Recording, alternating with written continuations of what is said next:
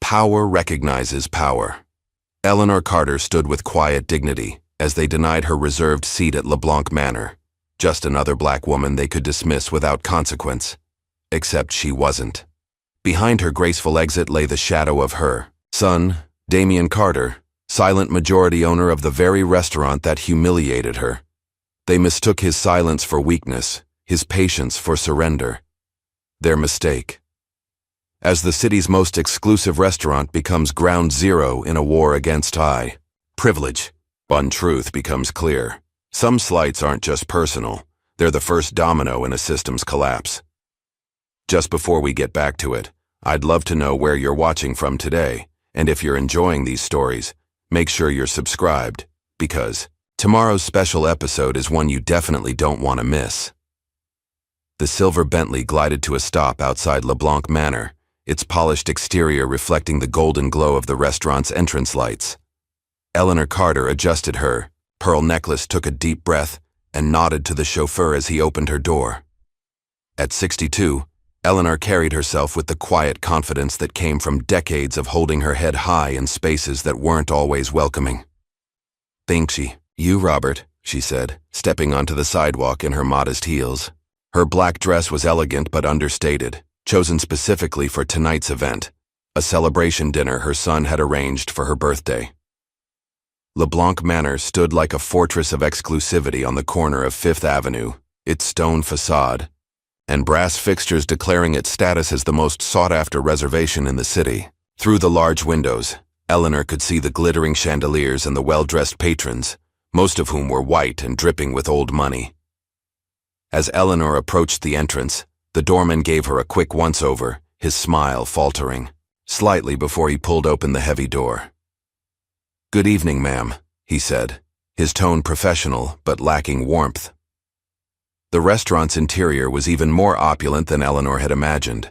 Cream-colored walls adorned with original artwork, tables covered in pristine white linen, and crystal glasses that caught the light from the chandeliers above. A pianist played softly in the corner, his fingers dancing across the keys of a gleaming grand piano. Conversations hushed as Eleanor walked in. Several patrons glanced her way, their expressions ranging from curiosity to mild surprise to barely concealed disdain. Eleanor ignored them all, her focus on the hostess stand directly ahead. From across the room, Gareth Simmons, the restaurant manager, watched Eleanor's entrance with narrowed eyes. At 48, Gareth prided himself on maintaining LeBlanc Manor's prestigious atmosphere. His slicked-back hair and impeccably tailored suit projected an air of authority as he whispered something to a nearby server before making his way toward the front. Eleanor reached the hostess stand and smiled at the young woman behind it. "Good evening. I have a reservation under Carter." She spoke clearly and confidently. The hostess, a blonde woman in her mid-20s named Amber, quickly scanned the leather-bound reservation book. Her finger traced down the list of names once, then twice. Her eyes flickered up to Eleanor, then beyond her to where Gareth now stood, his expression unreadable. "I'm sorry, I don't see that name here," Amber said, her voice slightly higher than normal. Eleanor maintained her smile. "It should be there. My son, Damian Carter, made the reservation. It's for the VIP table near the window, the one with the view of the garden." Gareth stepped forward then, a practiced smile on his face that didn't reach his eyes. "Is there a problem, Amber?" "This lady is saying she has a reservation for the VIP table, but I don't see it in the book." Gareth turned to Eleanor, looking down at her with an expression that bordered on condescension. "I'm terribly sorry, Ms. Carter." Eleanor Carter. "Ms. Carter. There seems to be some confusion. The VIP table is reserved for one of our regular patrons tonight." He made a show of checking the reservation book himself. "I don't see your name here at all. Perhaps you've confused the date? Or the venue?" Eleanor's expression remained calm, though her eyes hardened slightly. "There's no confusion, Mr. Simmons, Gareth Simmons, general manager of LeBlanc Manor. Mr. Simmons, my son, Damian Carter, specifically reserved that table for my birthday dinner tonight. Perhaps you should check again." A flicker of recognition crossed Gareth's face at the mention of Damian's name, but he quickly masked it. I've checked thoroughly, Miss Carter. There's no reservation under that name. He paused, then added with a smirk. We do have a table available near the kitchen, if you'd still like to dine with us tonight. Eleanor was about to respond when the front doors opened again, and a tall, slender woman in her early 30s entered. Her blonde hair was pulled back in an elegant updo, and she wore a designer dress that probably cost more than most people's monthly rent. Several patrons immediately recognized her, and whispers of Veronica Langley rippled through the dining room. Gareth's demeanor transformed instantly. Ms. Langley, so wonderful to see you again. He practically bounded across the lobby to greet her, leaving Eleanor standing at the hostess stand. Gareth, darling, Veronica purred, air-kissing both his cheeks. I hope you've saved my favorite table for me. Of course, of course. The VIP table is ready and waiting just as you like it. Eleanor watched this exchange, her jaw tightening almost imperceptibly. The VIP table, her table, was suddenly available for someone else. Veronica glanced briefly at Eleanor, taking in her appearance with a dismissive sweep of her eyes before turning back to Gareth. Wonderful. I've brought the Australian ambassador with me tonight. He's just parking his car. Gareth beamed. We'll prepare a place for him as well. He offered his arm to Veronica and began leading her toward the VIP table, the very one he had just claimed was unavailable. As they passed, Eleanor spoke up. Excuse me, Mr. Simmons. I believe that's the table my son reserved for me. Gareth stopped, turning to Eleanor with barely concealed annoyance. As I explained, Miss Carter, there must have been some mistake. That table has been reserved for Ms. Langley for weeks. But I just heard you say it was her favorite table, not that it was reserved. A hush fell over the nearby tables as diners sensed the brewing confrontation. Gareth's smile became strained. Perhaps you misheard. Now, if you'll excuse us. I didn't mishear anything, Eleanor said quietly but firmly. You told me the table was reserved for a regular patron. You didn't say it was already booked by Ms. Langley. You're lying, Mr. Simmons. Veronica looked affronted. Gareth, who is this woman? Before Gareth could answer, a young black waiter named Daniel Williams approached. He had been watching the exchange from nearby, his hands clenched into fists at his sides. Mr. Simmons, Daniel said, his voice low but clear, I saw the reservation book earlier today. There was definitely a booking for Carter at the VIP table. Gareth's face darkened. Return to your station, Daniel. This doesn't concern you. Daniel hesitated, his eyes meeting Eleanor's briefly before he reluctantly moved away, disappearing into the kitchen. This is ridiculous, Gareth muttered. He turned to Eleanor, dropping all pretense of politeness. Look, that table is now occupied. I've offered you an alternative. Take it or leave it. Several patrons were openly staring now. Eleanor could feel the weight of their gazes, some sympathetic, others simply entertained by the spectacle. She straightened her back, smoothed her dress, and looked directly at Gareth. I'll leave it, she said, her voice carrying just enough for the nearby tables to hear. But my son will be very interested to hear about how LeBlanc Manor treats its guests. Gareth waved a dismissive hand. Yes, yes. We're terribly sorry for the inconvenience. Eleanor turned to leave, her dignity intact despite the public humiliation. As she passed the bar, she caught sight of Daniel again, who gave her an almost imperceptible nod of respect. Outside, Eleanor took a deep breath of the cool evening air. Only then did she allow her hands to tremble slightly as she reached for her phone. She dialed a number she knew by heart. After 2 rings, a deep voice answered. Mom? What's wrong? Aren't you at the restaurant? Damien, she said, her voice steady despite everything. We need to talk about LeBlanc Manor. Damien Carter's penthouse office overlooked the city skyline, the lights of downtown creating a glittering backdrop behind his imposing desk. At 38, Damien had built an empire that spanned real estate, technology, and strategic investments. Forbes had recently named him one of the 50 most influential CEOs in America, though he rarely gave interviews or sought the spotlight. He stood at the floor-to-ceiling windows, phone pressed to his ear, his reflection showing a tall man with broad shoulders and intense dark eyes. His tailored suit couldn't hide the tension in his body as he listened to his mother's account of what had happened at LeBlanc Manor. "Give me an hour," he said finally, his voice controlled and measured. He ended the call and placed the phone carefully on his desk, taking a moment to collect his thoughts. Damien pressed the intercom button on his desk. "Lisa, I need you in my office. Now." Less than a minute later, Lisa Morgan strode through the door. At 42, Lisa had been Damien's right hand for nearly a decade. Her gray suit was as no-nonsense as her expression, and she carried a tablet that rarely left her side. "What's happened?" she asked, immediately sensing his mood.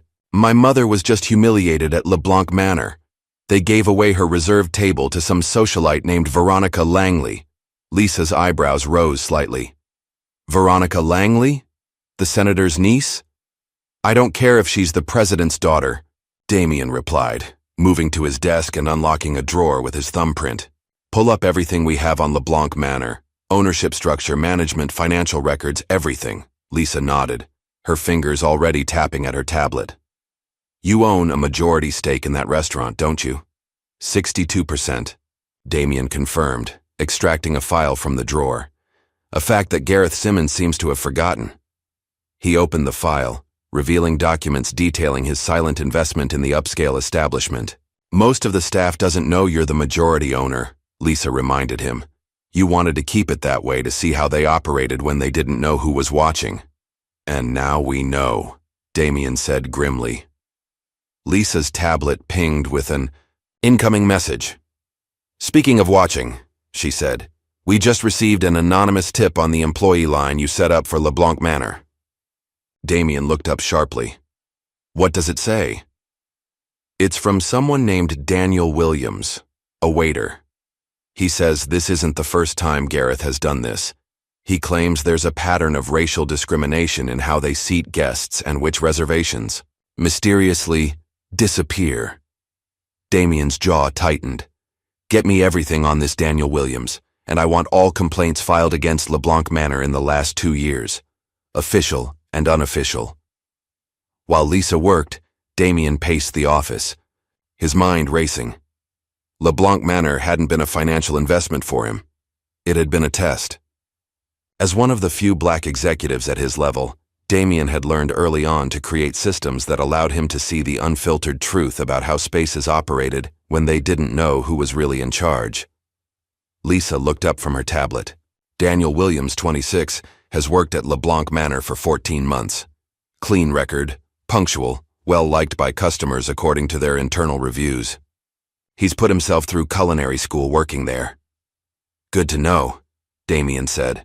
"What about those complaints?" "I'm compiling them now, but there's a pattern emerging. Several guests of color have reported similar experiences. Reservations, lost, being seated in less desirable locations, longer wait times for service. Most complaints were handled directly by Gareth, and none made it to the official record." Damien nodded, unsurprised. "And Richard Albright?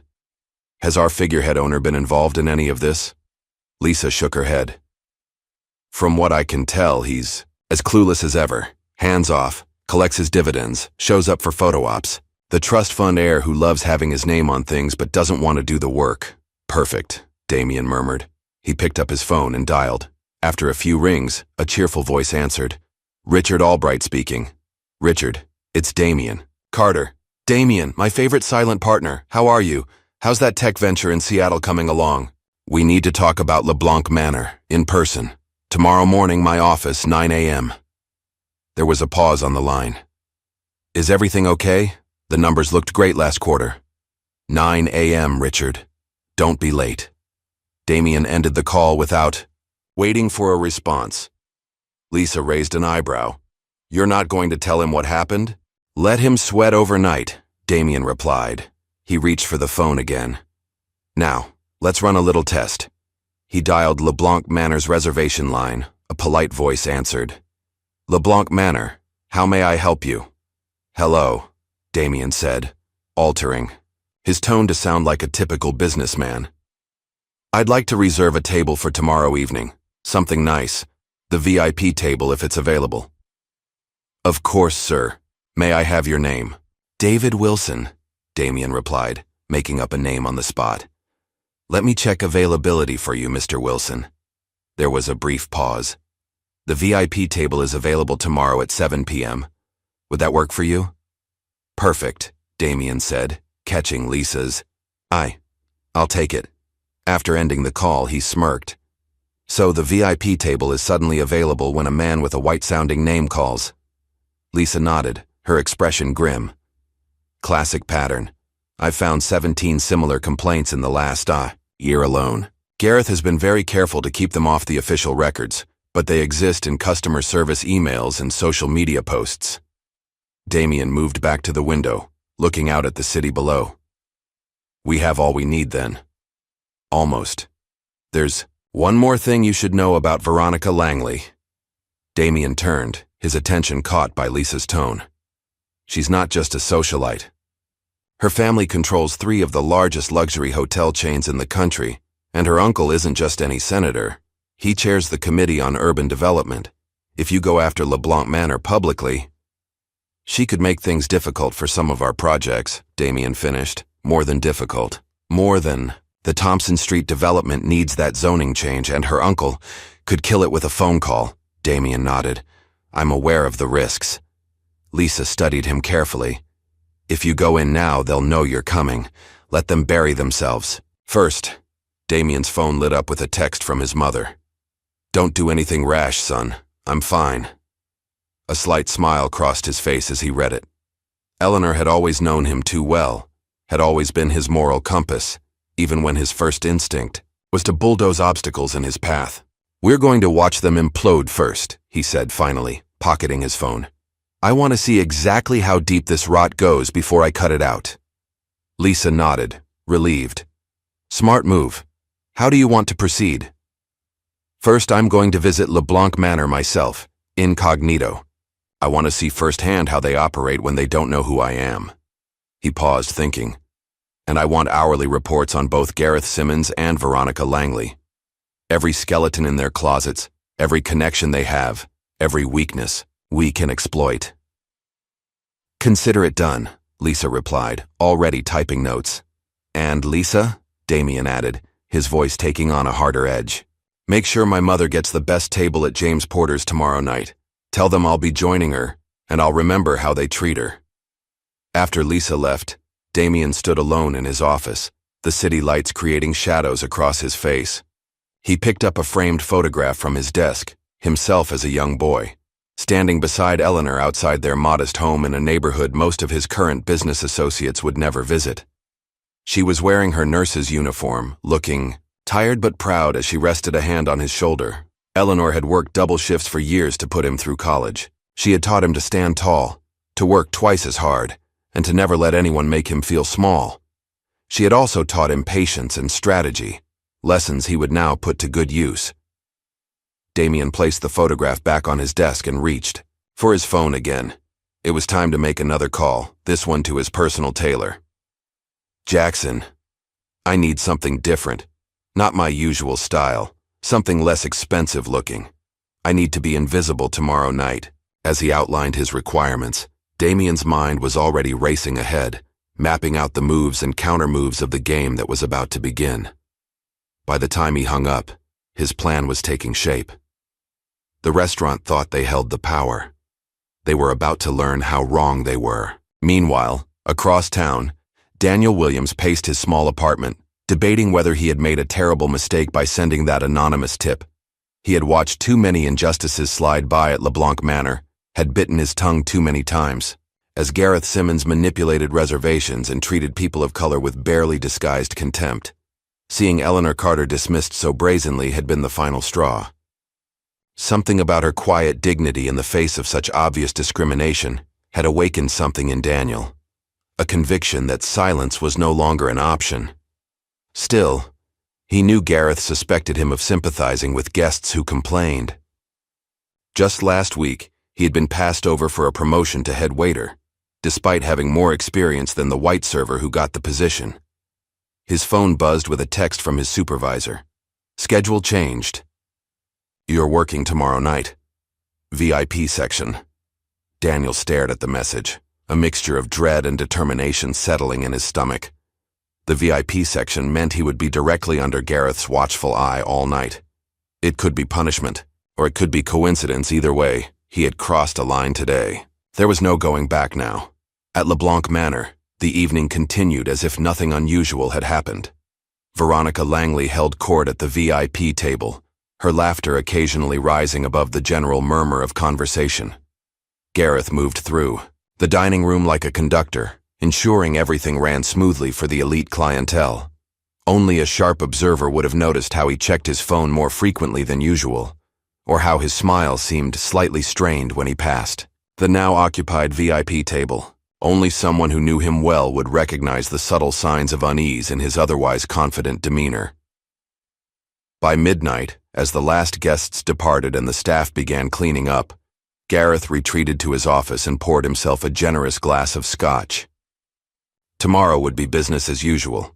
The Carter woman wouldn't be back, and her complaints, if she made any, would be handled like all the others, efficiently buried and forgotten. He had built LeBlanc Manor into the most exclusive restaurant in the city by understanding what the elite wanted: to be among their own kind, to feel special, to be insulated from the changing world outside. Richard Albright paid him handsomely to maintain that exclusivity, and he had never questioned Gareth's methods. One disgruntled woman wouldn't change anything. Gareth was certain of it. He couldn't have been more wrong. The next morning, Damien arrived at his office earlier than usual. Lisa was already there, armed with 2 coffee cups and a thick folder. "Everything you asked for," she said, handing him both the coffee and the folder. Gareth Simmons has been at LeBlanc Manor for 8 years. Before that, he managed 3 other high-end restaurants, never staying more than 3 years at each. "Let me guess," Damien said, opening the folder.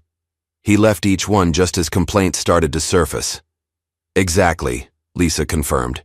"He's good at covering his tracks, but the pattern is there if you know where to look. And there's more. He's been skimming from the restaurant. Small amounts, but it adds up." Damien raised an eyebrow. "Now that's interesting. Does Albright know?" "Doubtful. The accounting is deliberately convoluted. I only found it because I knew what to look for." "And Veronica Langley?" Lisa's expression tightened. "That's where things get complicated. Her family's not just wealthy, they're connected. 3 senators on speed dial, judges, media executives. They've buried at least 2 discrimination lawsuits against their hotels in the past 5 years.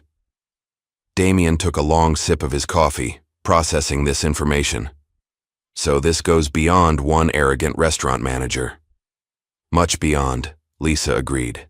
This is how the system protects itself. People like Gareth are just the visible face of it.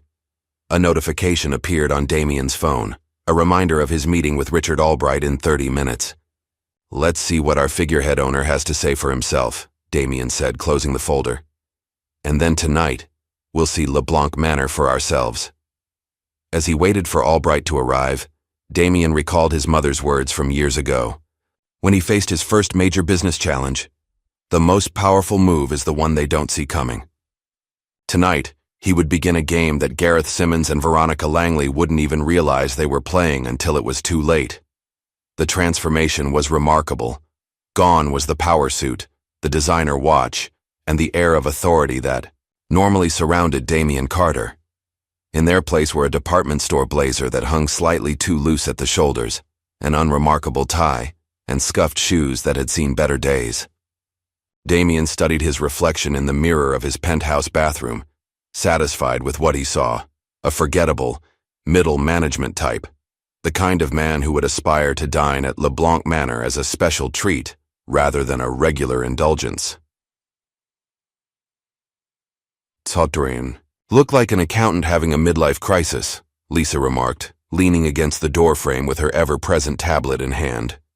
Damien adjusted his tie, deliberately making it slightly crooked. "Perfect."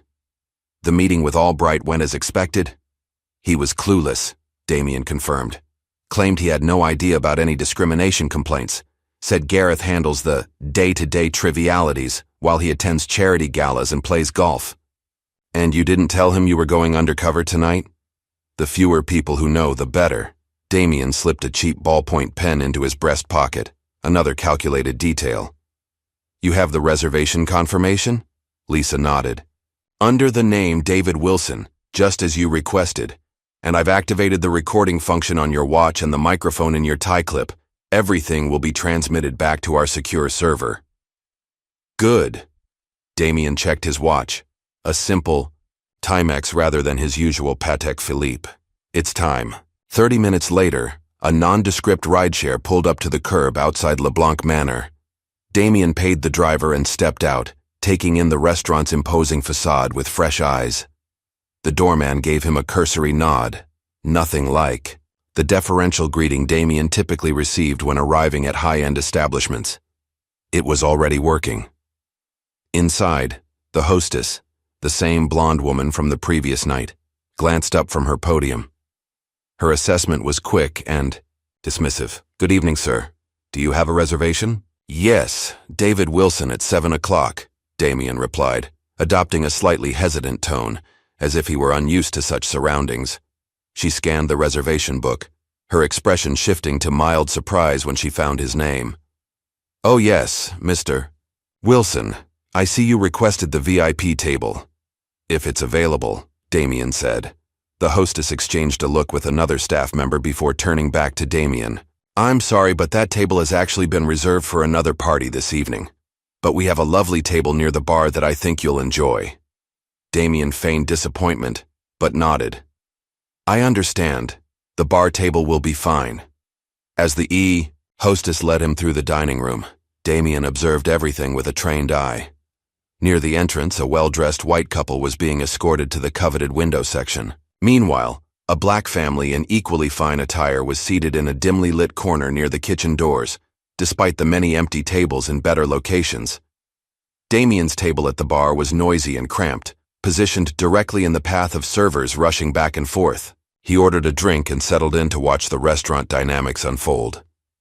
Within 20 minutes, Damien witnessed 3 more seating arrangements that followed the same pattern. White guests received prime tables, while people of color were relegated to less desirable spots. The preferential treatment extended to service as well. Damien noted that his water glass remained empty for 15 minutes before a harried server finally refilled it. At 7:30, Damien watched as a white man in a designer suit entered the restaurant alone. The man approached the hostess without a reservation, engaged in brief small talk, and was promptly escorted to the supposedly unavailable VIP table. The injustice was so blatant that Damien had to maintain a conscious effort to keep his expression neutral. Can I get you anything else, sir? A young black waiter had appeared at Damien's side, Daniel Williams. Up close, Daniel appeared even younger than his 26 years, his expression carefully professional despite the evident tension in his shoulders. Just the menu, please, Damien replied, studying Daniel carefully.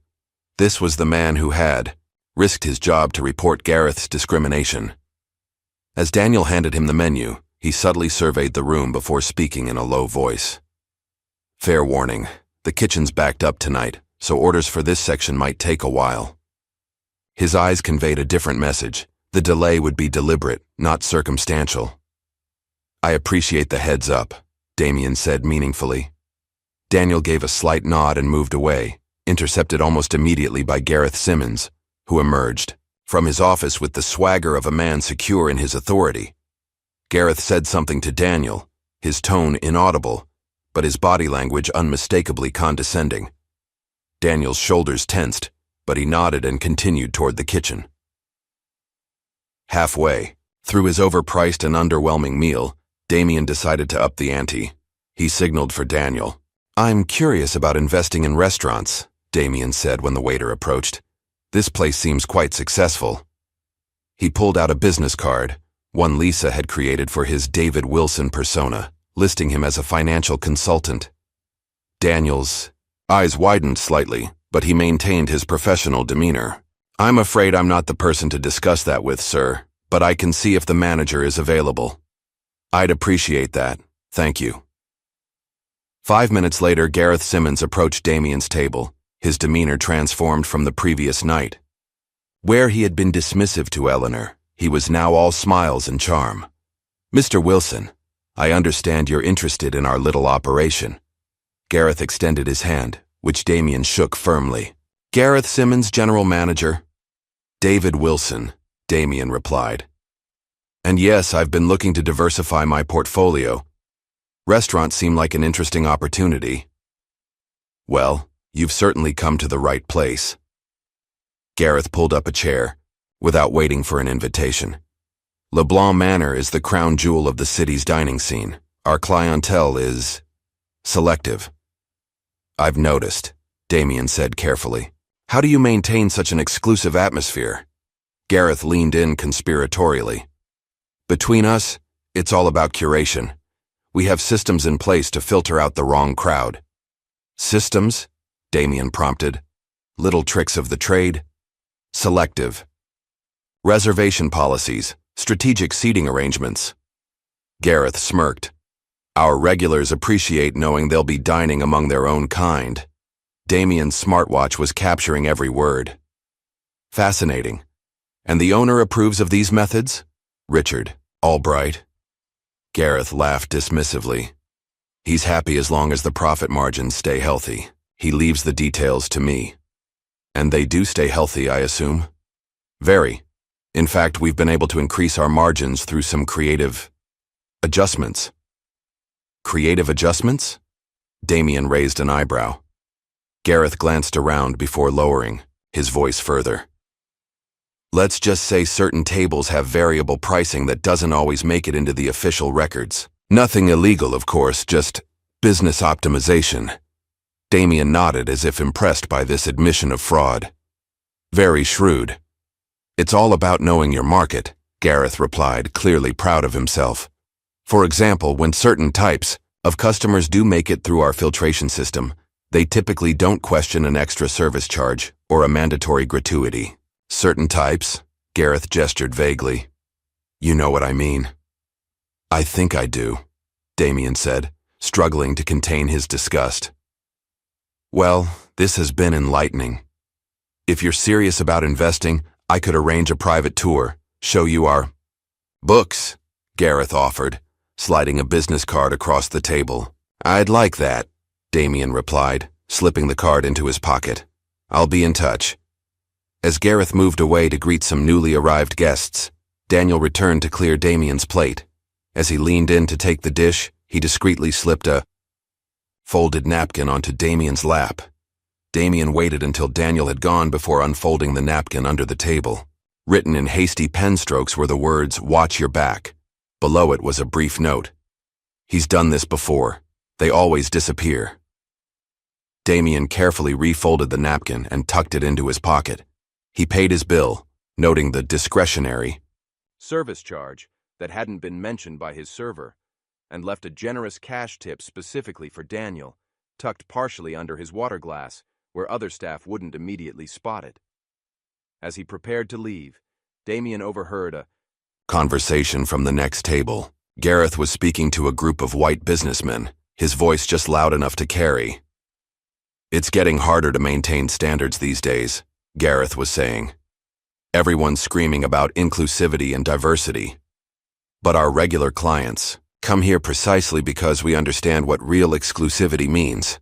The men chuckled appreciatively, raising their glasses in a toast to standards. Damien walked out of LeBlanc Manor with his jaw clenched but his mind clear.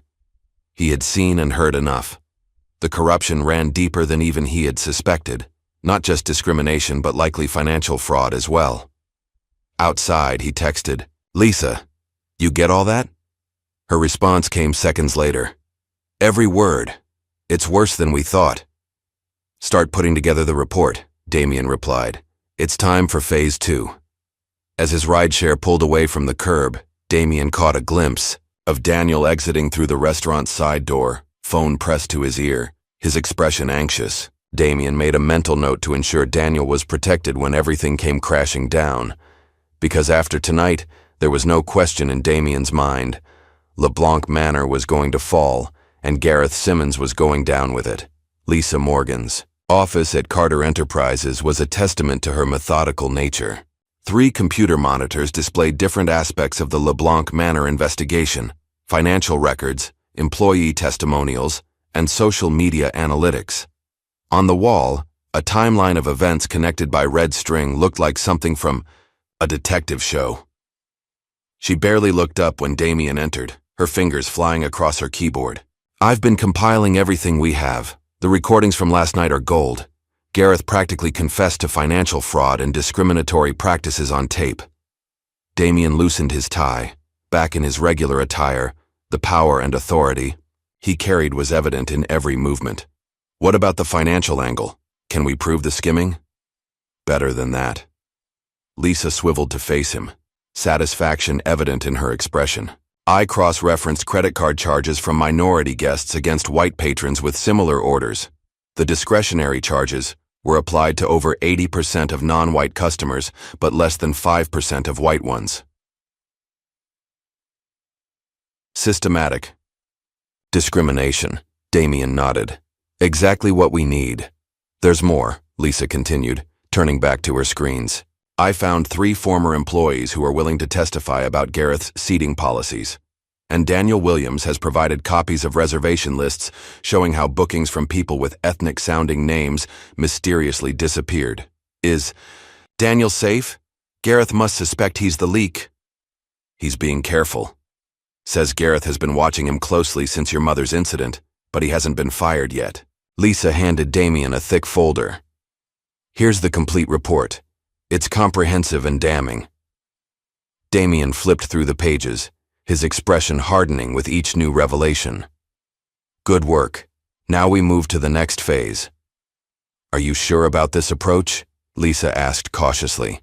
"We could just fire Gareth quietly and implement new policies." "This isn't just about one racist manager," Damien replied, his voice firm. "It's about exposing the entire system. Gareth is just a symptom of a deeper disease. And Veronica Langley needs to learn that her family connections won't protect her from consequences." Lisa nodded, understanding. "The anonymous media leak is ready to go. I've packaged everything into a compelling narrative. Exclusive restaurant charges black patrons more, hides discrimination behind fake reservations. 3 major news outlets have already expressed interest based on my hints. Send it," Damien instructed.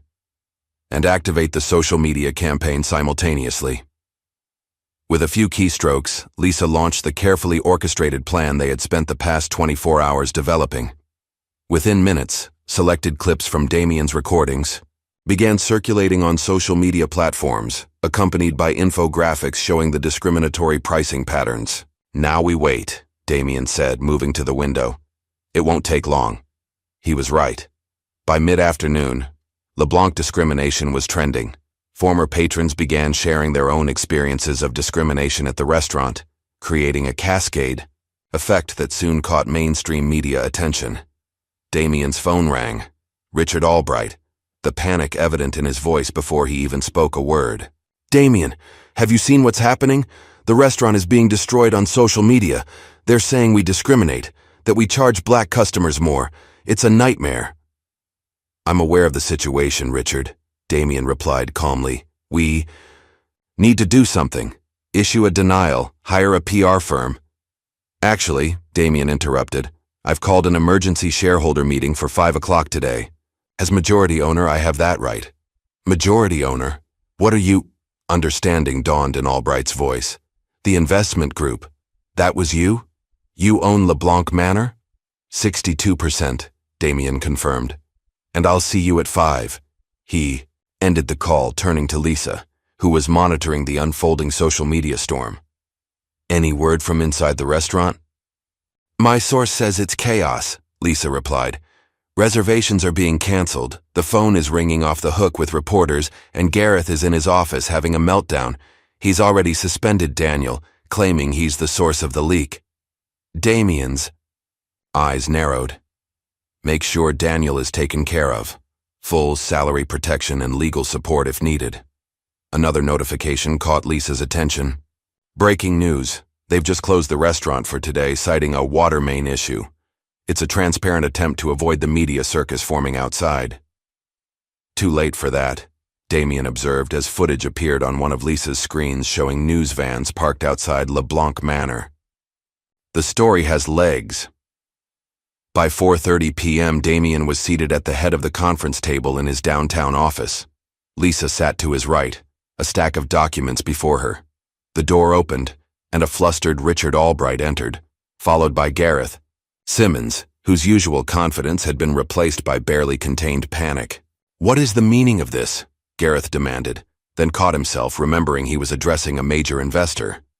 "Mr. Carter, I apologize for the tone, but this is clearly a misunderstanding that spiraled out of control." "Sit down, Mr.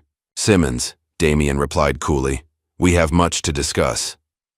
"I don't understand what's happening," Albright complained, taking a seat. "One minute we're running the most prestigious restaurant in the city, the next we're being accused of racism on national news." "Not accused," Damien corrected. "Exposed. And there's one more guest joining us shortly." As if on cue, the door opened again, and a furious Veronica Langley stormed in, her perfect composure shattered. "This is slander. My family's legal team is already preparing." She stopped short when she saw Damien. "Who is this? Why is he here?" "Veronica Langley. Meet Damien Carter," Albright said weakly. "Apparently, he owns 62% of LeBlanc Manor." Veronica's eyes widened with recognition. "Carter? As in Eleanor Carter," Damien finished for her. "The woman you helped humiliate 2 nights ago. My mother." A tense silence filled the room as understanding dawned on their faces. "This is absurd," Gareth finally sputtered. "One seating misunderstanding and you destroy a restaurant's reputation? This is vindictive and one misunderstanding?" Damien cut him off, his voice dangerously quiet. "Lisa, please distribute the reports." Lisa handed each person a thick document. "This details 27 documented instances of racial discrimination at LeBlanc Manor in the past 6 months alone. It includes testimony from former employees, statistical analysis of seating patterns, and evidence of discriminatory pricing." "This is all circumstantial," Gareth protested weakly as he flipped through the pages. "I was there last night, Mr. Simmons," Damien replied. "As David Wilson, the potential investor you were so eager to impress. I recorded everything you said about your filtration system and creative adjustments to pricing." The color drained from Gareth's face. That's illegal. You can't record someone without their consent." "Actually, this state has one-party consent laws for recordings," Lisa interjected smoothly. "Completely legal." Albright looked shell-shocked. "Damien, I had no idea. You have to believe me. I never authorized any discrimination policies." "Your ignorance doesn't absolve you of responsibility, Richard," Damien replied. "You were content to collect profits while turning a blind eye to how they were generated." Veronica, who had been silently seething, finally spoke. "What exactly do you want, Mr. Carter? Money? An apology? Because if you think you can strong-arm the Langley family—" "What I want," Damien interrupted, "is accountability. Starting with the immediate termination of Mr. Simmons and a complete overhaul of LeBlanc Manor's policies and practices." "You can't fire me," Gareth protested. "Only the managing director has that authority, and that's me," Damien finished. "As majority shareholder, I've appointed myself managing director, effective immediately." He slid a document across the table. "Richard, these are the papers transferring your remaining ownership shares to me." Albright stared at the document in disbelief. "You expect me to just sign away my restaurant? This is extortion." "This is business," Damien corrected. "You have 2 options.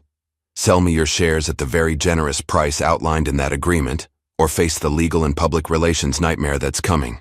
The financial fraud alone could result in criminal charges." "What financial fraud?" Albright asked, his voice barely a whisper. Lisa tapped a key on her laptop, and a screen on the wall displayed a complex financial analysis. Selective overcharging of minority customers, unreported cash transactions, inventory shrinkage that somehow always resulted in profits for management. "It's all there, and the IRS would be very interested." Albright's shoulders slumped in defeat. "I really didn't know." "Sign the papers, Richard," Damien said, his tone softening slightly. Walk away with your reputation relatively intact and a fair compensation for your shares. With a shaking hand, Albright signed the transfer documents. As for you, Mr. Simmons, Damien continued, turning to Gareth, you're fired, effective immediately. Security is waiting outside to escort you from the building and collect your keys and access cards to the restaurant. Gareth stood, knocking his chair backward. You'll regret this. You have no idea who you're dealing with. Actually, I do, Damien replied calmly. A small man who abused what little power he had to hurt people who looked like him. He nodded toward the door. Goodbye, Mr. Simmons. After Gareth had been escorted out, Damien turned his attention to Veronica, who had watched the proceedings with cold calculation. Ms. Langley, while I can't fire you from your own life, I can ensure that your role in this incident doesn't go unnoticed. Veronica laughed, a harsh sound devoid of humor. Please, by tomorrow this will be old news. My family has weathered bigger scandals than a restaurant seating mishap. Damien leaned forward. Perhaps. But I wonder how your uncle the senator would feel about the 5 discrimination lawsuits your family hotels have quietly settled in the past 3 years, or the labor violations at your Miami property. All these details are in the second part of our media package, ready to be released. For the first time, uncertainty flickered across Veronica's face. You're bluffing. Would you like to find out? Damien reached for his phone.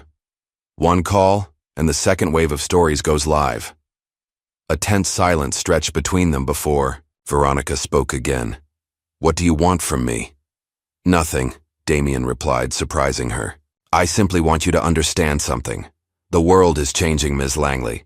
The old ways of doing business, of treating people, are ending. You can evolve, or you can become irrelevant. Your choice. Veronica stood, gathering her designer purse with forced composure. You have no idea what you've started, Mr. Carter. On the contrary, Damien replied. I know exactly what I'm doing. This isn't just about one restaurant or one incident. This is about changing the system. After Veronica had departed, her threats hanging in the air, Lisa turned to Damien. She won't let this go. The Langleys are vindictive, and they have connections we can't match. Let her come, Damien said, his resolve unwavering. We've only just begun. Lisa's phone buzzed with an incoming message. The news about Gareth's firing has already leaked. Social media is exploding again. She showed Damien her screen, where Dr. Justice for Eleanor was now trending alongside Dr. LeBlanc discrimination. And Daniel? Damien asked. He's worried. Says some of Gareth's loyal staff are blaming him for the scandal. Damien nodded thoughtfully. Offer him a position as consultant for the restaurant's reorganization. His insider knowledge will be valuable, and it gets him away from potential retaliation. Already drafted the offer letter, Lisa replied with a slight smile. And I've scheduled a press conference for tomorrow morning, where you'll announce the complete overhaul of LeBlanc Manor's management and policies. Perfect, Damien said, standing to look out at the city skyline. And make dinner reservations. For my mother and me at LeBlanc Manor for tomorrow night. The VIP table. Lisa raised an eyebrow. You want to dine there during all this chaos? I want to send a message, Damien replied, that things are already changing. After Lisa left to execute his instructions, Damien remained at the window, watching. The sun set over the city. His phone vibrated with an incoming call from Eleanor. I saw the news, she said when he answered.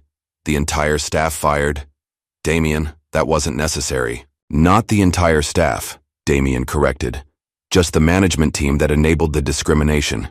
The servers, kitchen staff, and support personnel will keep their jobs under new leadership. Eleanor was quiet for a moment. This is bigger than just what happened to me, isn't it? It always was, Damien confirmed. What happened to you was the catalyst, but this is about changing how these exclusive spaces operate, making them truly inclusive without sacrificing quality or experience. Be careful, son, Eleanor warned. People like Veronica Langley don't take defeat gracefully. I know, Damien replied. That's why this isn't over. In fact, it's just beginning. After ending the call, Damien pulled up the preliminary designs for the rebranded LeBlanc Manor on his tablet. The exclusive restaurant would soon become something different, a place that maintained its excellence while welcoming all who could afford its admittedly high prices, regardless of their appearance or background. It was a small victory in a much larger war, but it was a start. Damien knew that Veronica's parting threat wasn't empty. The Langleys and others like them wouldn't relinquish their power and privilege without a fight. They would come for him, his businesses, his reputation. Let them come, he thought.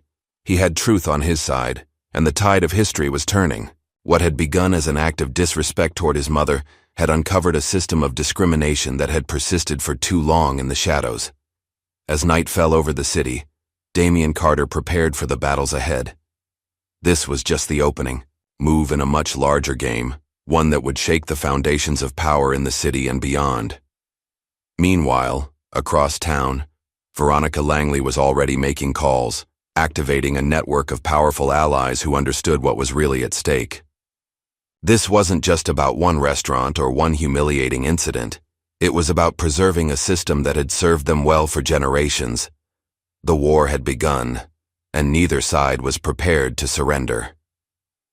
The morning sun streamed through the floor-to-ceiling windows of Damien's private conference room, casting long shadows across the polished oak table. The atmosphere was tense as Damien studied the three people seated opposite him. Richard Albright fidgeted with his tie, his usual bluster deflated by recent events. Gareth Simmons maintained a veneer of confidence, though the slight tremor in his hand as he reached for his water betrayed his anxiety. And then there was Veronica Langley, immaculately dressed in a cream designer suit, her posture perfect, her expression revealing nothing except a slight curl of disdain at the corner of her mouth. "Thank you all for coming," Damien said, his voice measured and calm. Lisa sat beside him, tablet at the ready, observing everyone with sharp eyes. "As if we had a choice," Veronica replied coolly, checking her manicure. "Let's not pretend this is a cordial business meeting, Mr. Carter." Damien offered a thin smile. "Fair enough, Ms. Langley. Then let's get to the point." He opened a folder before him. "LeBlanc Manor is now under my complete ownership. The management team has been dismissed, and will be implementing comprehensive anti-discrimination policies effective immediately." Gareth leaned forward, his rehearsed contrition painfully obvious. "Mr. Carter, I want to apologize personally for any misunderstanding regarding your mother's reservation. It was a regrettable mistake in our booking system. Nothing more." "A booking system that somehow consistently affected patrons of color?" Damien asked mildly. "That's simply not true," Gareth protested. "We pride ourselves on welcoming all guests who meet our standards of—" "Please," Damien interrupted, "spare me the performance. I was there, Mr. Simmons. I heard you explain your filtration system quite clearly." Albright, who had been sweating profusely throughout the exchange, finally spoke up. "Damien, please, we can fix this.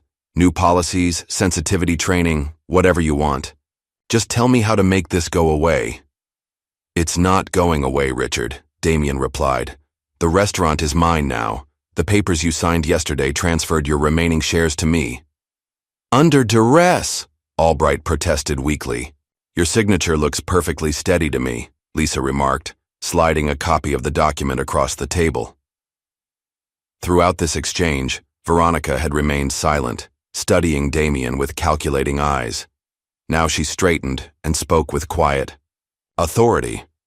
"You're making a serious mistake, Mr. Carter. My family has significant interests in this city, interests that intersect with yours in ways you might not fully appreciate." Damien met her gaze steadily. "Is that a threat, Ms. Langley?" "Simply a reality check," she replied with a shrug. "My uncle chairs the Urban Development Committee that's reviewing your Thompson Street project next month.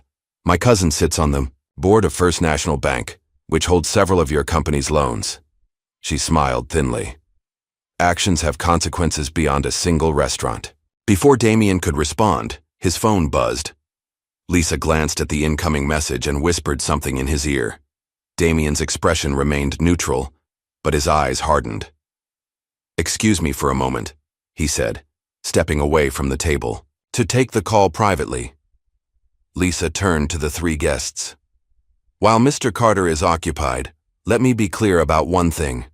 Carter Enterprises has documented every discriminatory practice at LeBlanc Manor. We have recordings, financial records, and witness testimonies. If any of you attempt to retaliate against Mr. Carter or his businesses, that information goes public. All of it." Veronica laughed softly. "Ms. Morgan, isn't it? You've worked for Damien for what, 10 years now? You should know that scandals are temporary, but power is permanent. My family has weathered controversies before." "Not like this," Lisa replied confidently. Damien returned to the table, his expression now grave. "That was my legal team. It seems someone has filed an anonymous complaint with the state licensing board alleging fraudulent practices at LeBlanc Manor. Practices that occurred under your management, Mr. Albright." Albright's face went pale. "What? But you said—" "I didn't file the complaint," Damien clarified. "Someone else has entered the game." Veronica's composure cracked slightly. "What are you talking about?" Damien activated the large screen on the wall, displaying a breaking news story. The headline read, "Exclusive restaurant chain under investigation for systemic discrimination." The article doesn't name LeBlanc Manor specifically, Damien explained. It focuses on the Langley Hospitality Group's chain of luxury hotels and restaurants. Veronica stood abruptly, her chair scraping against the hardwood floor. "This is your doing." "I assure you it's not," Damien replied calmly. "But it seems our little conflict has attracted attention from others who have experienced discrimination at establishments controlled by your family." He pressed a button on the conference table, and the door opened to admit a man in his early 30s carrying a briefcase. "This is Jacob Bennett, my head of security," Damien introduced him. "He's discovered something interesting about past lawsuits against your properties, Ms. Langley." Jacob placed his briefcase on the table and removed a thick folder. 5 discrimination lawsuits in the past 3 years, all settled quietly with non-disclosure agreements. But what's interesting is that the plaintiff's original complaints disappeared from court records. "That's not possible," Albright muttered. "It is when you have a judge in your pocket," Jacob replied. "A judge who happens to be Veronica's godfather." Veronica's eyes flashed with fury. "You have no proof of any impropriety." "Actually, we do," Damien said, sliding an audio device onto the table. He pressed play, and a male voice filled the room. "Veronica, darling, the Davis complaint is taken care of. All references to racial discrimination have been expunged from the record. Your father can stop worrying." The color drained from Veronica's face. "Where did you get that?" "Mr. Davis was more thorough than you gave him credit for," Damien replied. "He recorded every conversation related to his case, including that call between you and Judge Wilson. He couldn't use it because of legal technicalities, but he held on to it. Insurance, he called it." Gareth, who had remained silent during this exchange, suddenly looked panicked. "I had nothing to do with any of that. The restaurant policies were all approved by—" "Shut up, Gareth," Veronica snapped. Damien leaned forward, hands clasped before him. "Here's how this will proceed. I now own LeBlanc Manor outright. Its discriminatory practices will end, and it will become a model of inclusive excellence. Mr. Simmons is already terminated. Mr. Albright will retain his reputation as long as he cooperates with the coming investigation." "And me?" Veronica asked, her voice dangerously quiet. "That depends on you," Damien replied. "My concern is the restaurant and addressing the wrongs done there, including to my mother. I have no interest in a prolonged war with your family, Ms. Langley." "Then you shouldn't have started one," she replied icily. Damien's expression remained calm. "I didn't start this, but I will finish it if necessary." He slid a contract across the table. "This is a mutual non-interference agreement. You and your family stay away from my businesses, and I'll keep the evidence of judicial misconduct private." Veronica didn't even glance at the document. "My family doesn't respond well to blackmail, Mr. Carter." "Consider it a business proposal then," Damien countered. "A way for both of us to walk away cleanly." Veronica stood, gathering her purse. "You have no idea what you've started." She turned to leave, then paused at the door. "You know, your mother was lucky. She was merely embarrassed. Others who cross my family don't fare as well." After she departed, Gareth and Albright exchanged nervous glances. Can we go now? Albright asked weakly. Mr. Albright, you're free to leave. Mr. Simmons, please remain. There are some financial discrepancies we need to discuss. After Albright scurried out, Gareth slumped in his chair. What do you want from me? My reputation is already destroyed. I want the truth, Damien replied. About how deep the discrimination went and who else was involved. Gareth laughed bitterly. You think this was just me? The entire system is built this way. The Langleys and families like them. They create the rules, and people like me just enforce them. That doesn't absolve you of responsibility, Lisa pointed out. I know that, Gareth admitted, surprising them. But you should know what you're up against. Veronica wasn't bluffing. Her family has destroyed people for much less than what you've done. Let me worry about the Langleys, Damien said dismissively. Now, about those financial records. An hour later, after Gareth had admitted to years of financial manipulation at the restaurant and signed a full confession, Damien and Lisa were alone in the conference room. He rolled over quickly, Lisa observed. Self-preservation, Damien replied. He knows he's finished in this industry. The confession is his only bargaining chip against criminal charges. Lisa's tablet chimed with an alert. The press release about the restaurant's reorganization has gone out. Social media response is overwhelmingly positive. And the Langleys? Quiet for now, Lisa reported. But their lobbyist has scheduled meetings with 3 city council members who oversee development permits. They're moving fast.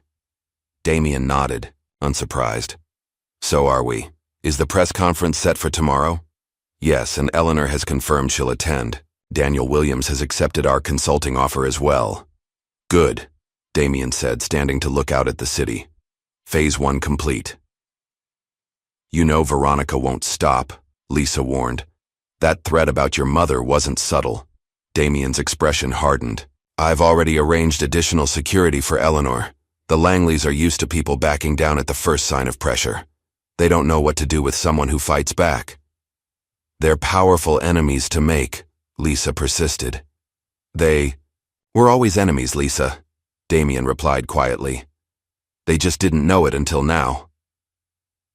Across town, Veronica Langley entered the wood-paneled study of her family's estate, where her uncle, Senator William Langley, sat behind an antique desk, reviewing documents. It's worse than we thought, she announced without preamble. He has the recording of my conversation with Judge Wilson. The senator removed his reading glasses, his expression grave. How? Davis must have given it to him. Doesn't matter now, the damage is done. What does he want? The senator asked, his voice measured.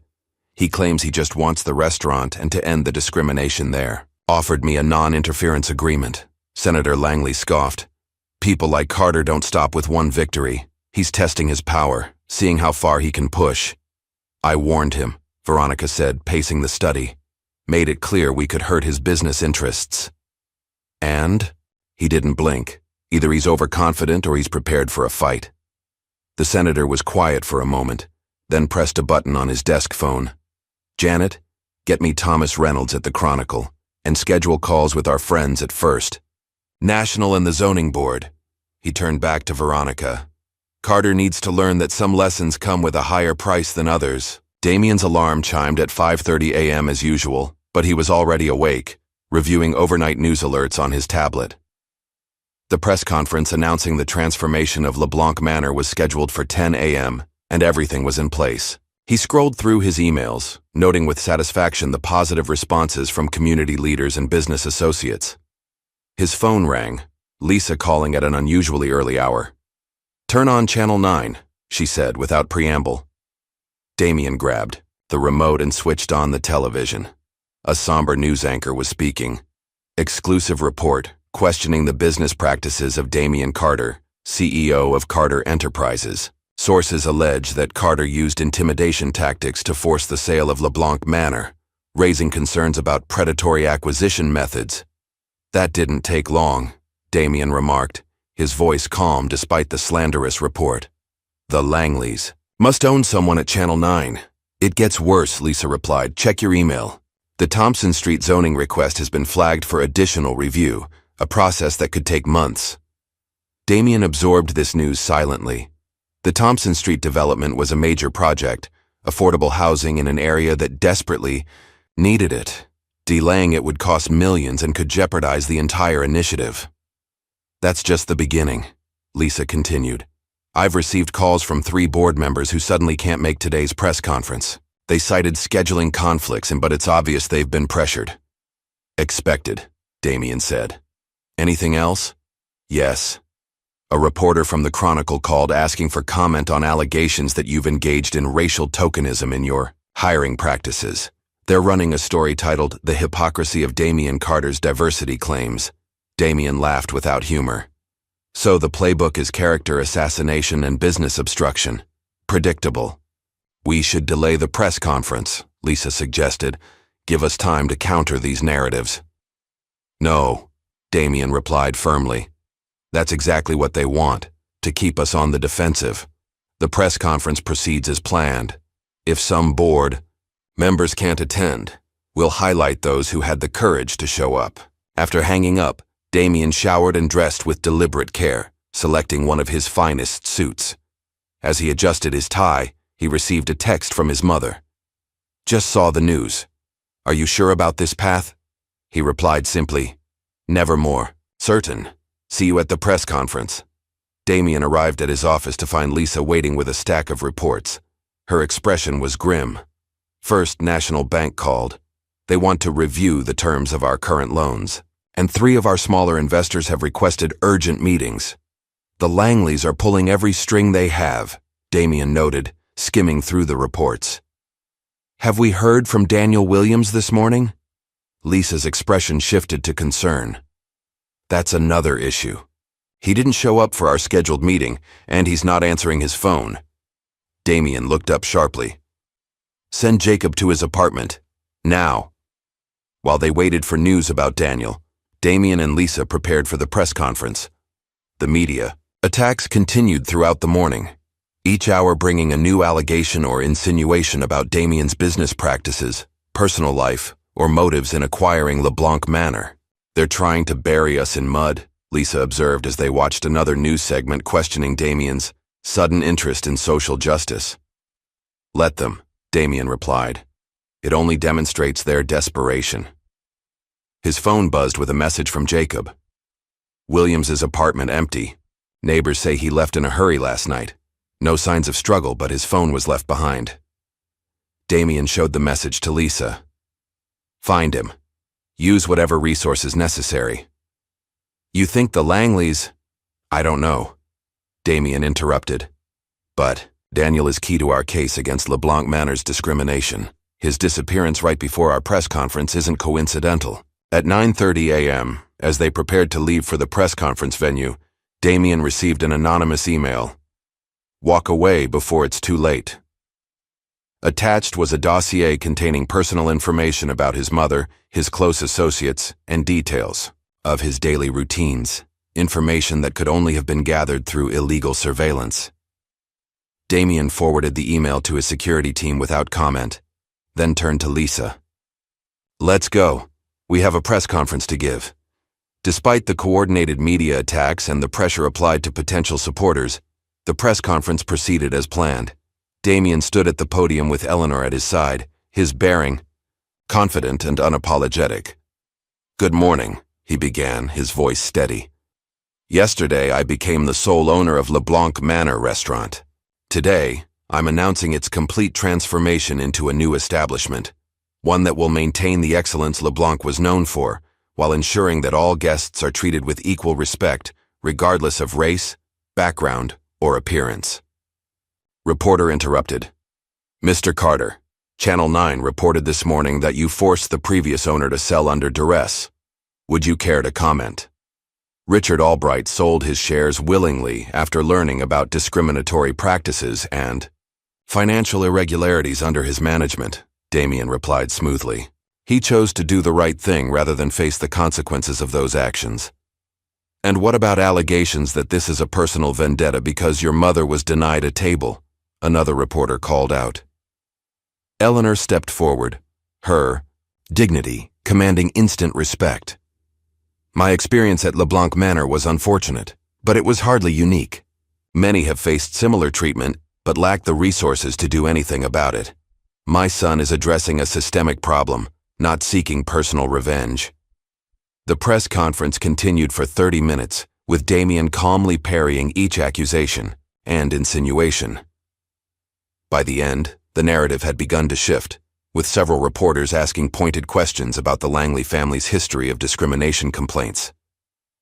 As they left the podium, Lisa whispered to Damien, "Two of our investors just called to reaffirm their support. They were impressed." "One battle won," Damien murmured. "But the war is just beginning." That afternoon, while meeting with his legal team about the Thompson Street zoning delay, Damien received an urgent call from his CFO. "We have a problem," the CFO reported. "The Westside development deal collapsed. Our partner, Brighton Properties, pulled out without explanation." Damien absorbed the news silently. The Westside project had been years in the making, a major commercial development that promised substantial returns. "How much do we lose?" he asked finally. "At least $12 million in sunk costs. But the bigger issue is that we're contractually obligated to break ground by next month or forfeit the land rights entirely."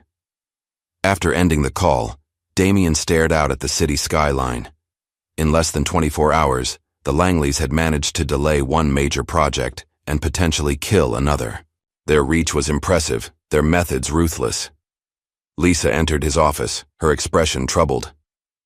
"Still no sign of Daniel Williams, but we found this slipped under our office door." She handed him a plain envelope. Inside was a typed note. "Not everyone can afford principals. Some of us have families to protect." Below the message was an address in a neighboring city. "He ran," Damien concluded. "The Langleys must have threatened him or his family." "We can't blame him," Lisa said quietly. "He's not equipped for this kind of fight." "No, he isn't," Damien agreed. "Few people are. That's how they maintain their power, through fear and isolation."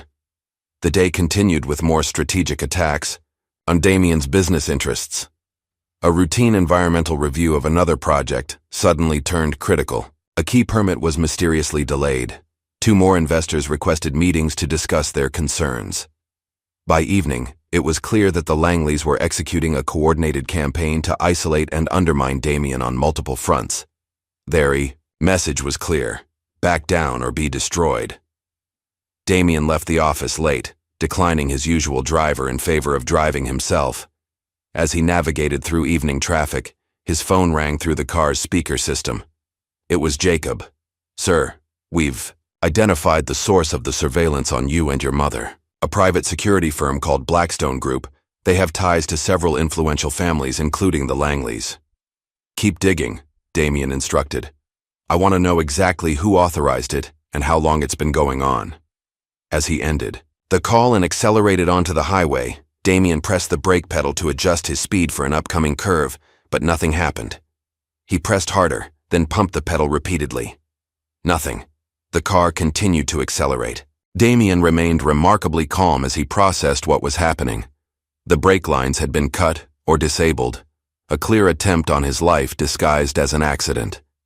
He downshifted rapidly, using the engine to slow the vehicle, and carefully navigated onto the shoulder, using the guardrail to gradually reduce his speed until the car finally came to a stop.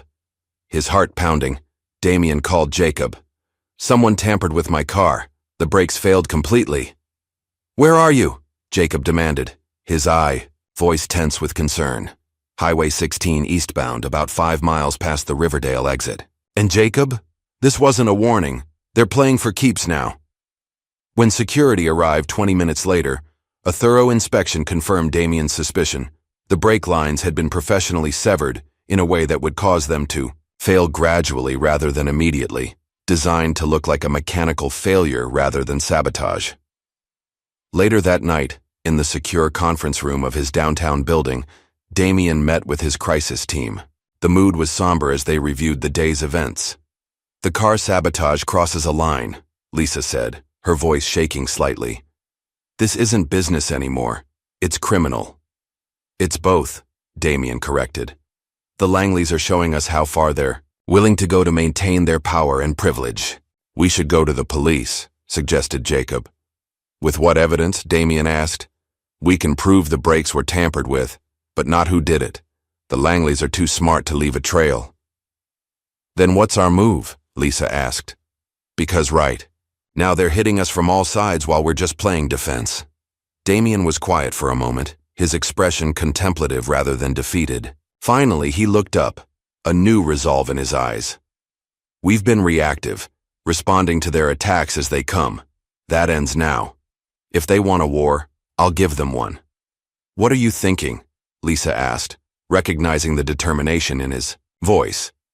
The Langleys think they're untouchable because of their connections and influence. Let's prove them wrong. Damien turned to Jacob. I want everything on the Langley family. Business dealings, political contributions, tax records, personal scandals. Every skeleton, every questionable transaction, every abuse of power. That could take weeks, Jacob warned. You have 48 hours, Damien replied. Focus on Veronica and her uncle the senator first. They're leading this attack. He turned to Lisa. Contact our friends in the media, not the mainstream outlets the Langleys control, but the independent journalists who've covered corruption stories before. Feed them background information about the discrimination lawsuits against Langley properties. No direct accusations yet, just connect the dots for them. And the business attacks? Lisa asked. We absorb them for now, Damien said. The Thompson Street and Westside projects are important, but not critical. We can weather those losses, if necessary. What about your mother's safety? Jacob asked. If they're willing to tamper with your car, move her to the secure apartment tonight, Damien instructed. Full security detail, no exceptions. As the meeting concluded and his team departed to execute their assignments, Damien remained in the conference room alone. He pulled out his phone and found the photo he kept there, the same one from his desk of himself as a child with Eleanor outside their modest home. The Langleys had miscalculated. They thought their wealth and connections made them invincible, that their threats and attacks would force him to retreat. But they didn't understand what had shaped him, the lessons learned from watching his mother face discrimination with dignity, the resilience developed through years of fighting harder than his privileged peers just to earn a seat at the table. They had made this personal. Now he would show them exactly what that meant. Across town, in the Langley estate, Senator William Langley ended a phone call with a satisfied smile. The brake incident was a bit extreme, he remarked to Veronica, who sat across from him with a glass of whiskey. But effective. Our sources say Carter is pulling back, consolidating his resources. Good, Veronica replied. He needed to understand the real stakes. Indeed, by this time next week his Thompson Street project will be effectively dead, and his investors will be deserting him. A month from now, Carter Enterprises will be struggling to stay afloat. And LeBlanc Manor? Veronica asked. The senator smiled coldly. Once he's weakened enough, we'll find a way to force him to sell. Perhaps to a more appropriate owner. Neither of them noticed the blinking light on the senator's desk phone, indicating that the line had remained connected after the call ended. Nor could they know that every word of their conversation was being recorded by someone who had been expecting exactly this kind of incriminating exchange. The battle was far from over. In fact, it had barely begun. 2 days after the brake sabotage incident, Damien stood before a wall of digital screens in the secure operations room he'd established on the top floor of Carter Enterprises. Each display showed different aspects of what his team now called Operation Checkmate: financial records, surveillance photos, media monitoring, and legal strategies. His normally pristine office had been transformed into a war room, with security personnel constantly moving in and out, bringing updates and receiving new instructions. Lisa entered, carrying a thick folder stamped "Confidential" in bold red letters. Jacob's team delivered, she announced, placing the folder on the conference table. Everything on the Langleys, as requested.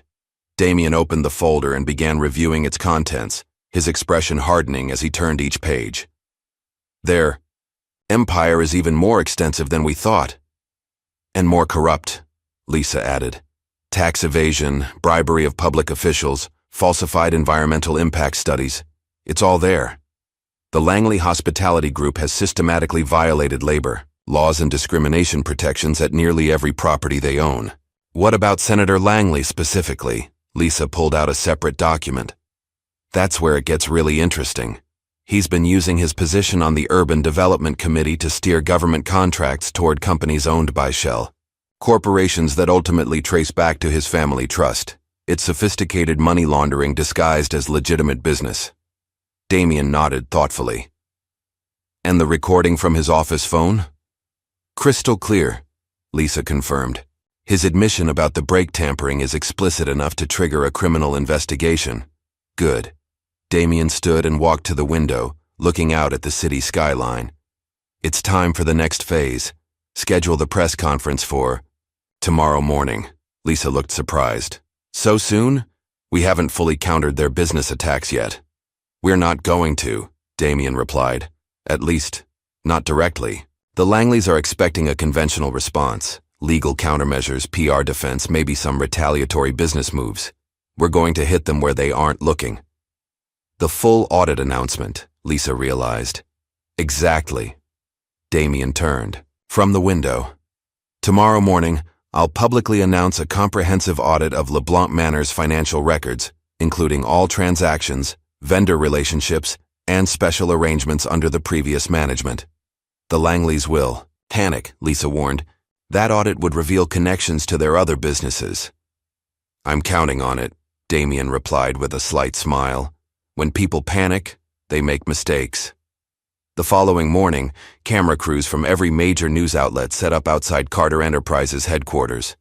The press conference had been billed simply as an important update on LeBlanc Manor's transformation, but rumors had been strategically leaked, suggesting that Damien might be announcing his resignation due to mounting pressure. Instead, when Damien stepped to the podium, flanked by his legal team and two representatives from a prestigious accounting firm, his demeanor was anything but defeated. Good morning, he began, his voice steady and confident. Today I'm announcing a full forensic audit of LeBlanc Manor's business practices under its previous management. This audit will examine every financial transaction, every vendor relationship, and every special arrangement made over the past 5 years. A murmur ran through the assembled reporters as they realized this was not the retreat they'd expected. Additionally, Damien continued, we've discovered evidence of potential criminal activity, including financial fraud, tax evasion, and discrimination as official policy. All findings will be shared with appropriate regulatory and law enforcement agencies. A reporter raised her hand. Mr. Carter, are you concerned about potential repercussions from powerful interests connected to the restaurant? Damien smiled slightly. I believe in transparency and accountability. If certain individuals find that uncomfortable, perhaps they should reconsider their business practices. Another reporter called out. Is this in response to the recent attacks on your business interests? This is in response to evidence of wrongdoing, Damien replied firmly.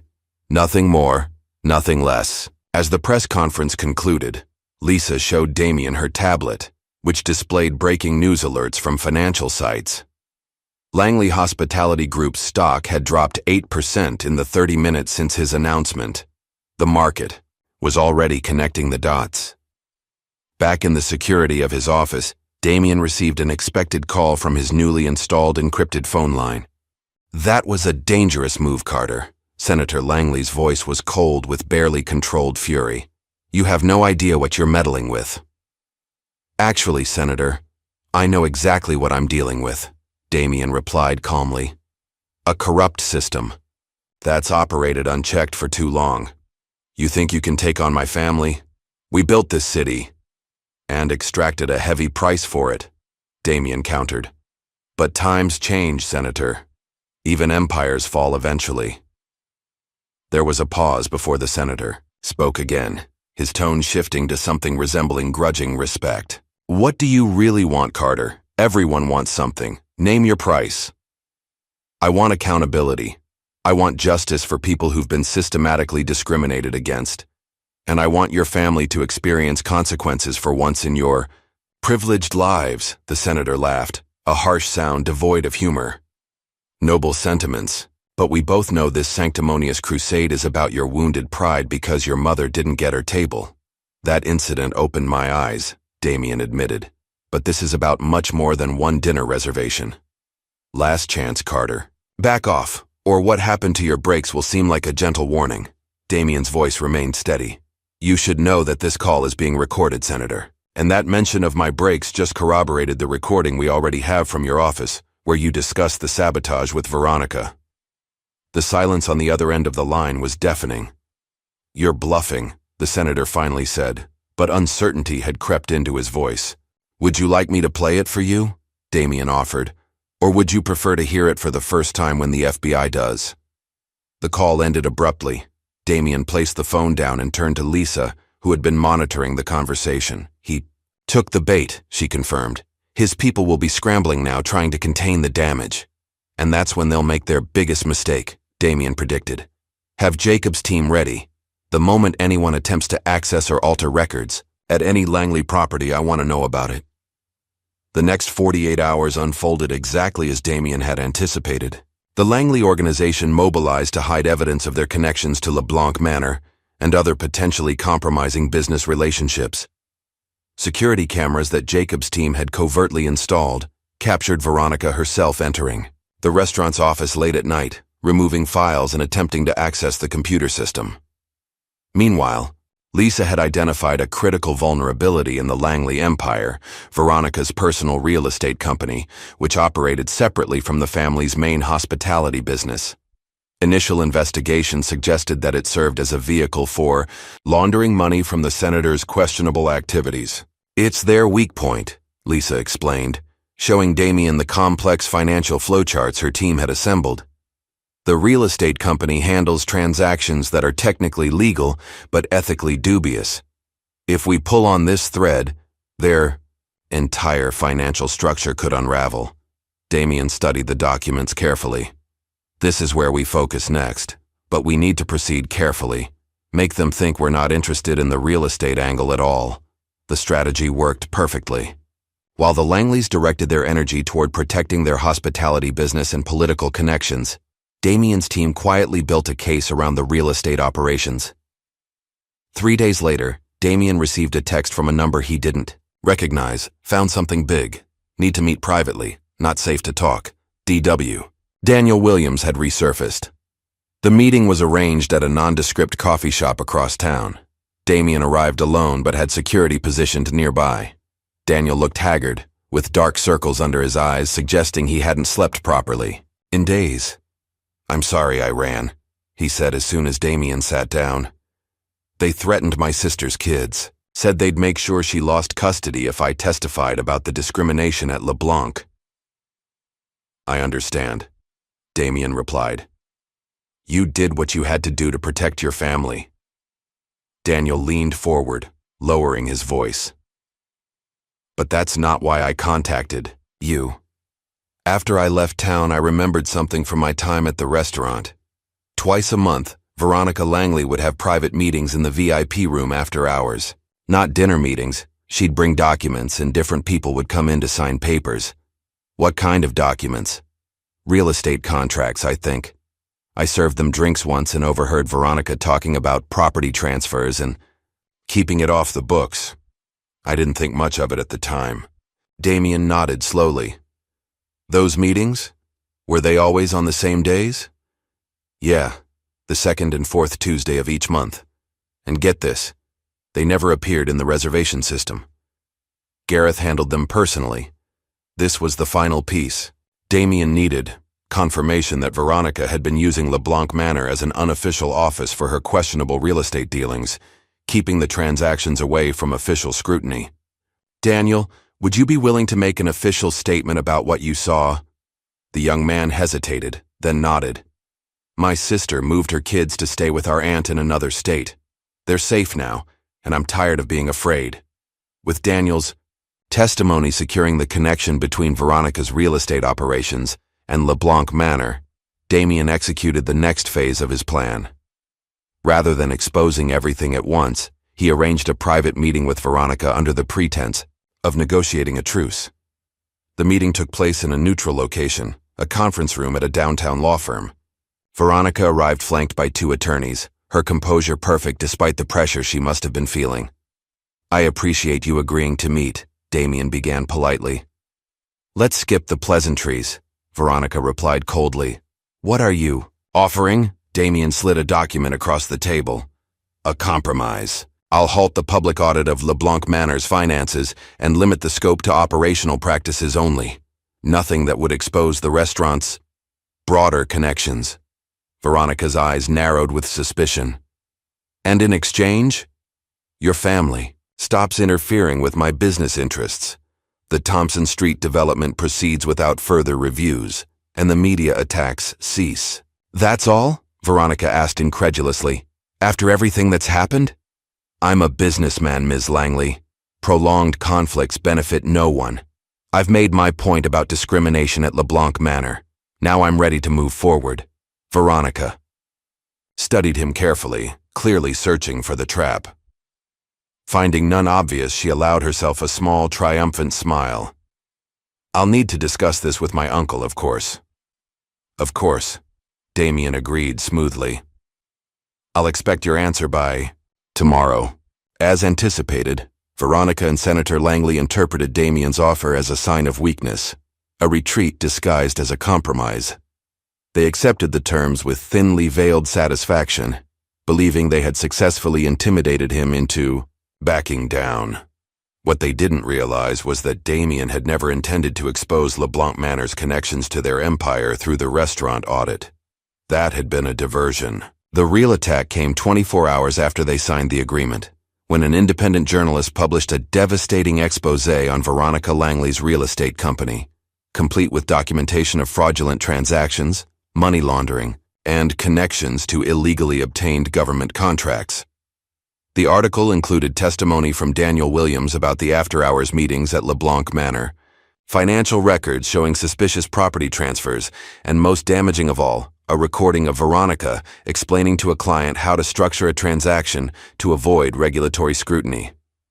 The story exploded across all media platforms. By nightfall, the FBI had announced a formal investigation into both Veronica's company and Senator Langley's activities. 3 of the Langleys' closest political allies issued statements distancing themselves from the family, and the Langley Hospitality Group's stock plummeted to a 5-year low. In a final masterstroke, Damien released the recording of Senator Langley discussing the brake sabotage to law enforcement, along with the forensic evidence Jacob's team had collected from the damaged vehicle. By morning, an arrest warrant had been issued for the senator on charges of attempted homicide. Watching the news coverage from his office, Damien felt no triumph or satisfaction, only a grim sense that justice was finally being served. The system that had protected the Langleys and others like them for generations was being exposed for what it truly was, a corrupt network designed to maintain power and privilege at the expense of others. Lisa entered with the latest updates. Senator Langley was taken into custody an hour ago. Veronica is reportedly trying to flee the country, but her passport has been flagged. Damien nodded, turning away from the television. And the fallout for their associates? It's spreading like wildfire, Lisa confirmed. 2 judges have recused themselves from pending cases, a city councilman has announced his resignation, and 3 executives from companies with ties to the Langleys have taken temporary leaves of absence. The whole network is collapsing, Damien observed. Like dominoes, Lisa agreed. They've operated with impunity for so long that they never developed contingency plans for exposure. No one expected to be held accountable. Damien looked out at the city skyline, thinking about how many other powerful families like the Langleys still operated in the shadows, maintaining systems of exclusion and discrimination. This victory, significant as it was, represented just one battle in a much larger war. What about LeBlanc Manor? Lisa asked. The rebranding is complete, but after all this publicity, Damien turned back to her with newfound resolve. We proceed as planned. The restaurant reopens next week under its new name and new management. It will serve as a reminder that change is possible, even in the most entrenched systems. And a demonstration of what happens when someone like Eleanor Carter isn't seated at her reserved table, Lisa added with a slight smile. Exactly, Damien agreed. Some lessons come at a higher price than others. The restaurant no longer resembled the exclusive fortress it had once been. The newly renamed Eleanor's maintained the elegant aesthetic of its predecessor, but had been transformed in subtle yet significant ways. The lighting was warmer, the artwork on the walls now showcased diverse artists, and the previously rigid formal atmosphere had given way to something equally sophisticated, but far more welcoming. 1 week after Senator Langley's arrest, Damien escorted his mother through the front doors of the establishment that now bore her name. Eleanor, elegant in a deep purple dress, paused just inside the entrance, taking in the changes with visible emotion. "You didn't tell me you were naming it after me," she said softly. "I wanted it to be a surprise," Damien replied, gently squeezing her hand. It seemed fitting considering how this all began. The new manager, Alexis Patterson, a respected restaurant industry veteran with a stellar reputation for both excellence and inclusivity, approached with a warm smile. "Ms. Carter, we're honored to welcome you as our first guest. Your table is ready whenever you are." Eleanor was escorted to the VIP table, the very one she had been denied 2 months earlier. As she sat down, several staff members, including many familiar faces from the previous incarnation of the restaurant, approached to welcome her personally. Most of the service staff stayed on, Damien explained as their drinks were served. They weren't the problem, and many of them suffered under Gareth's management too. Eleanor looked around at the diverse clientele now filling the restaurant, a stark contrast to the homogeneous crowd from before. "It's not just the name that's changed. We implemented a new reservation system that prevents manipulation," Damien explained. "And the pricing is now standardized and transparent. No more discretionary charges applied selectively." Their conversation was interrupted by a familiar face approaching the table. Daniel Williams, now dressed in the attire of a restaurant manager rather than a waiter, smiled broadly. "Ms. Carter, it's wonderful to see you again," he said. "I wanted to personally thank you both. Without what happened that night, none of this would have changed."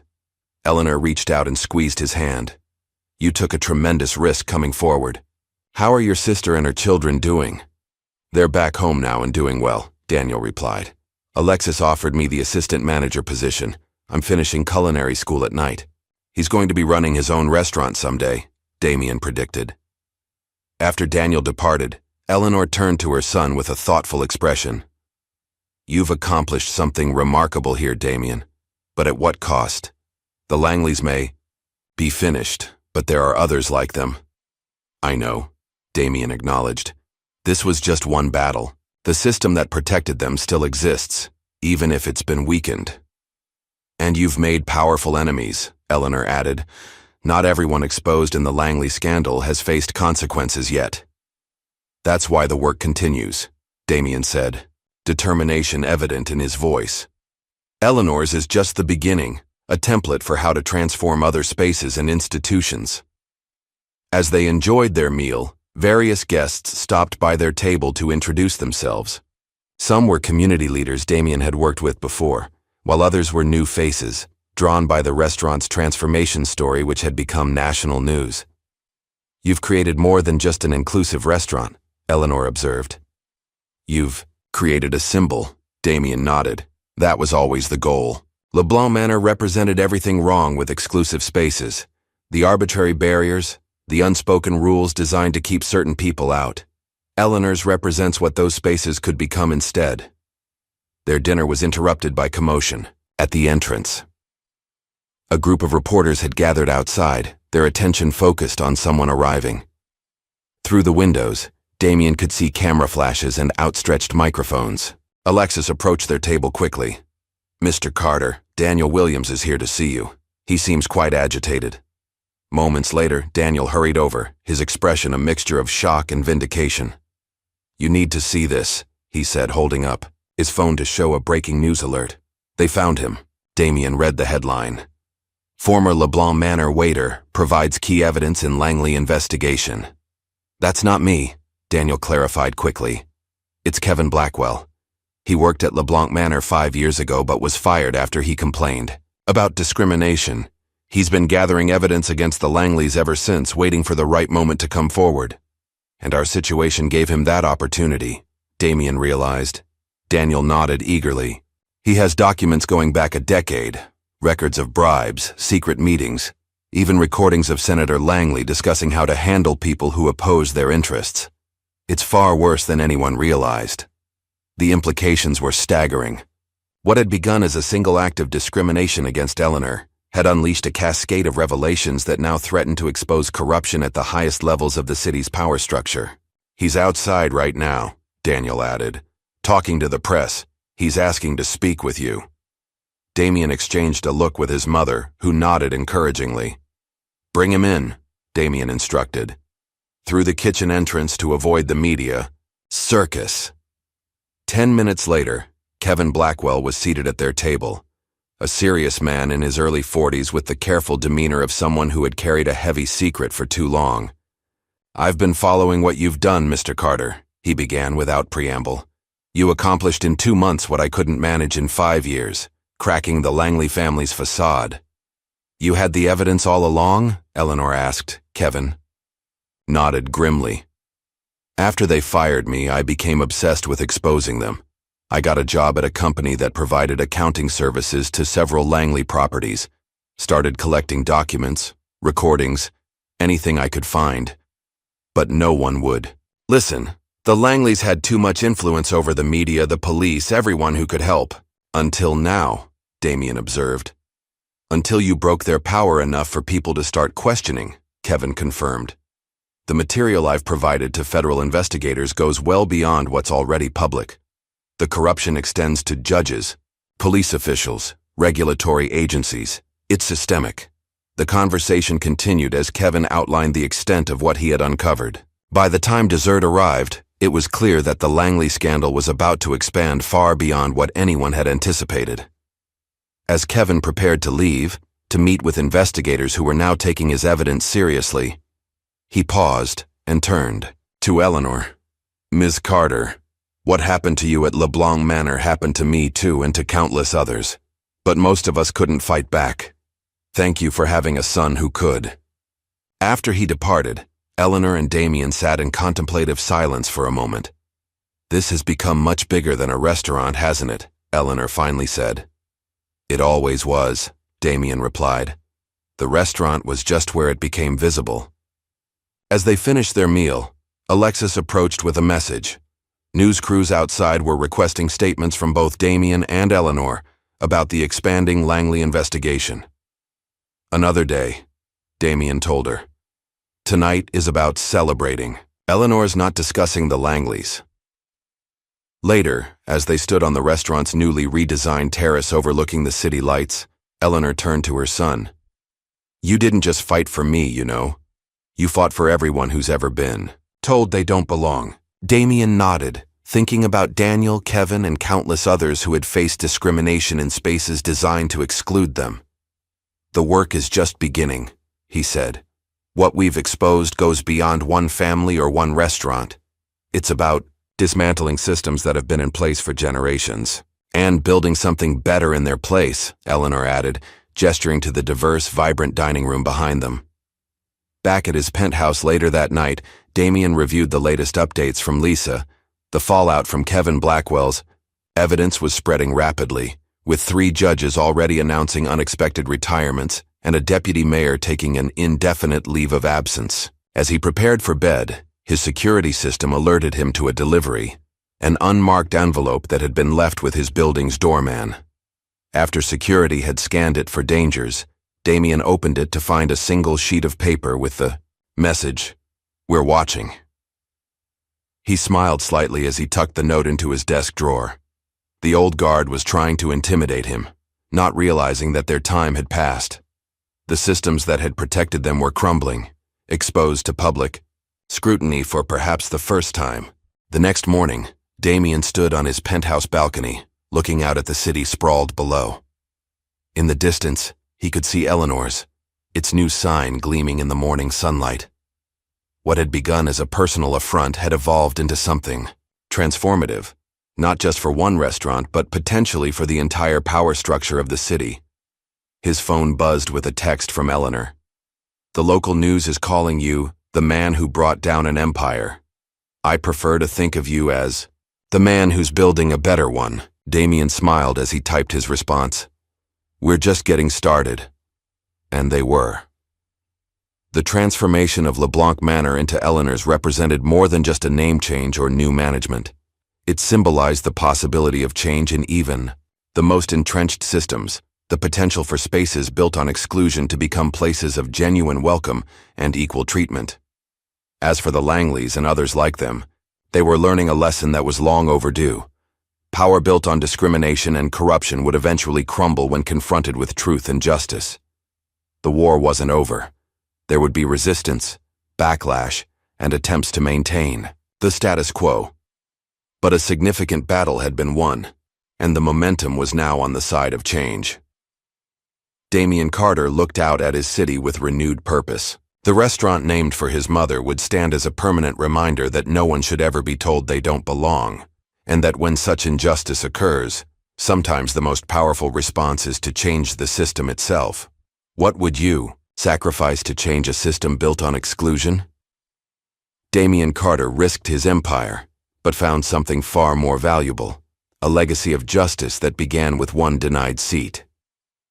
If this story moved you, hit like and subscribe for more tales of ordinary moments that spark extraordinary change. Your next favorite story is just one click away.